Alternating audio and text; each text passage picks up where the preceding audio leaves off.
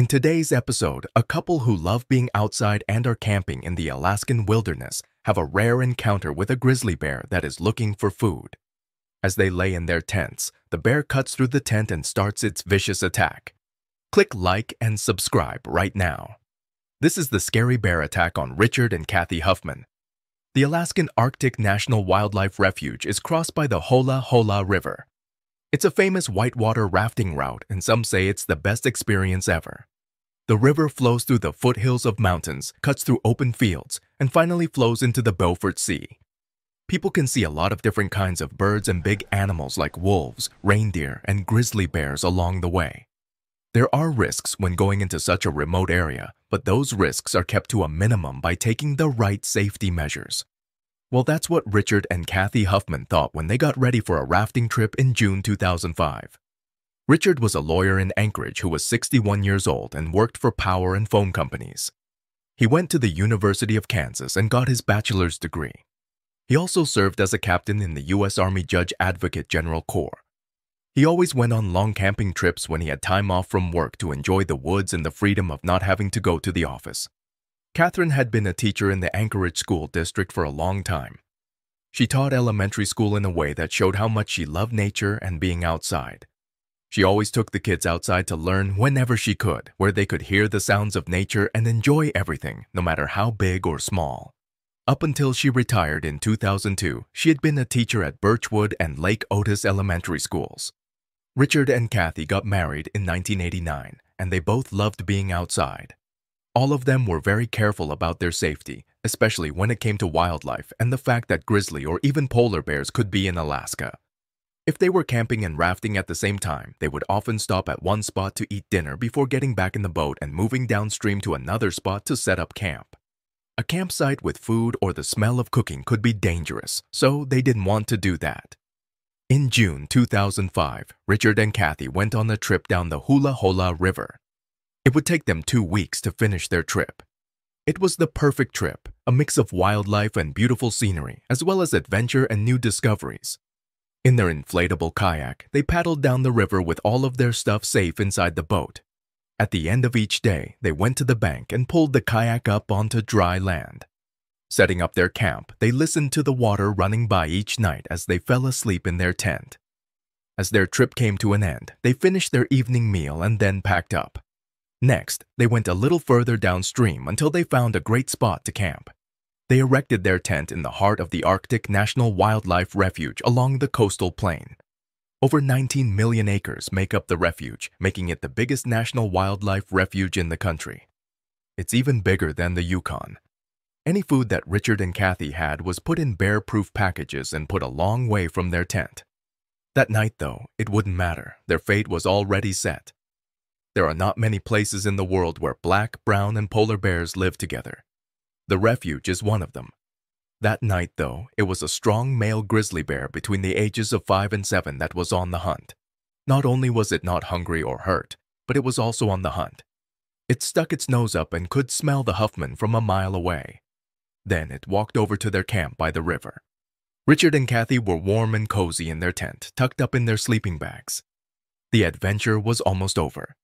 In just a few days, they would be back in the real world. They loved every moment they spent together in the great woods. The trip went well, and they were glad they could share it with each other. A huge bear came up behind them as their eyelids got heavy, and they fell asleep. It walked forward with confidence, bobbing its head a little as it sniffed the ground.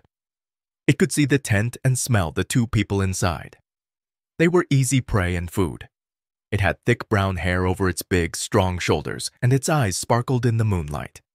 Its big paws moved quietly along the rocky shore. The rushing water of the river covered up any marks left by its steps on the loose rocks.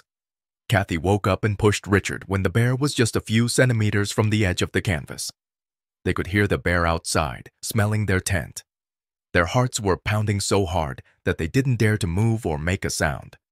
They prayed in their minds that the bear would leave them alone, that it would get bored and turn away. It wasn't meant to be. All of a sudden, the bear cut through the tent wall and attacked. It jumped on top of them and pinned them down while its strong paws kicked and bit them badly. It felt like a steam train hit them, taking the air out of their lungs. The bear grunted and growled just inches from their faces, filling the tent with its filthy smell. The couple tried to hide from the attack by rolling up into a tight ball. Even though they were ready for each hit, the attack kept going and hit them in the back and cracked their ribs. The bear wouldn't stop. Richard and Kathy were scared to death and stuck in their sleeping bags. They couldn't get out because the huge animal was on top of them. Richard and Kathy didn't have time to use their bear spray or get their gun because it all happened so fast. It was a brutal attack that happened quickly. The big bear cut through their skin and muscle while they were sleeping without giving them a chance to fight back. In the dark, no one heard their screams and shouts for help. The sound of the Hula Hola River rushing by drowned them out. Another rafter made his way down the river the next morning. He was also almost done with a long and successful trip that had taken him from the Romanov Mountains to the Beaufort Sea.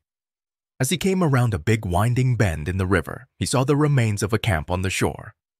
He could see the shattered pieces of a tent, some tools spread out all over the place, and an inflatable boat pulled out of the water. It didn't look like good news. He got out of his boat and looked around for signs of wildlife as he pulled it to the side of the river. He walked slowly toward the tent. He didn't see anyone there, but as he got closer to the broken tent, Brown heard something crash out of the woods. The black bear was there. It had its ears pulled back. Its big, strong body slammed into the man like thunder. Right away, he turned around, jumped back into his raft, and paddled madly away. He looked back over his shoulder and saw that the bear had slowed down and stopped as it watched him paddle off into the distance. His goal was to find help, so he went downtown. 12 miles away on Barter Island was the small city of Kovich. He finally got to the island after what seemed like forever and was able to call the police.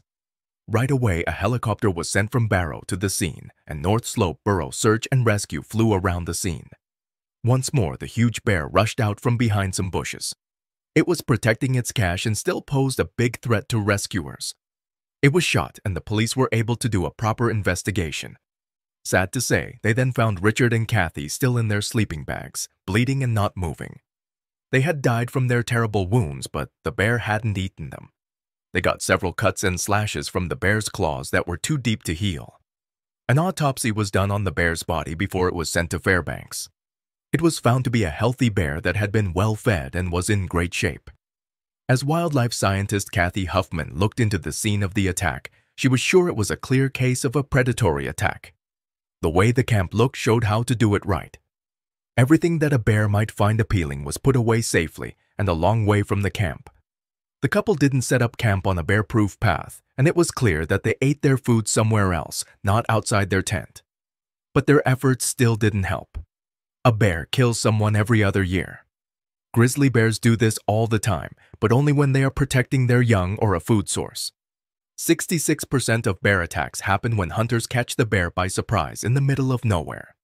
6 people are hurt by bears in Alaska every year on average. It is very rare for someone to attack you with a predator, and it is hard to dodge one even if you follow all the rules to the letter. Stopping an aggressive attack is very hard. Unfortunately, Richard and Kathy had a terrible accident that dreadful night. They came into contact with a dangerous grizzly bear, which ended in their terrible deaths.